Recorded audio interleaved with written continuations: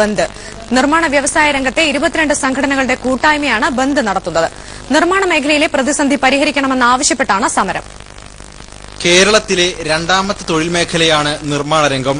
25 ലക്ഷം തൊഴിലാളികളുള്ള ഈ മേഖലയിൽ 50,000 കോടിയുടെ ഇടപാടുകളാണ് പ്രതിവർഷം നടക്കുന്നത്. നിർമ്മാണ സാമഗ്രികളുടെ അനിയന്ത്രിതമായ വിലക്കയറ്റവും ലഭ്യതക്കുറവുമാണ് ഈ മേഖല നേരിടുന്ന പ്രധാന പ്രതിസന്ധി.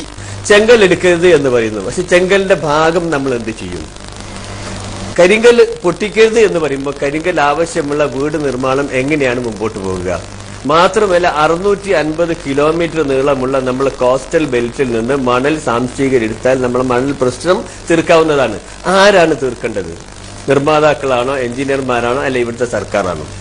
നിർമ്മാണ മേഖലയെ വ്യവസായമായി പ്രഖ്യാപിക്കണമെന്നതാണ് ഇവരുടെ പ്രധാന ആവശ്യം. അതിനായി ഒരു വകുപ്പും വേണം.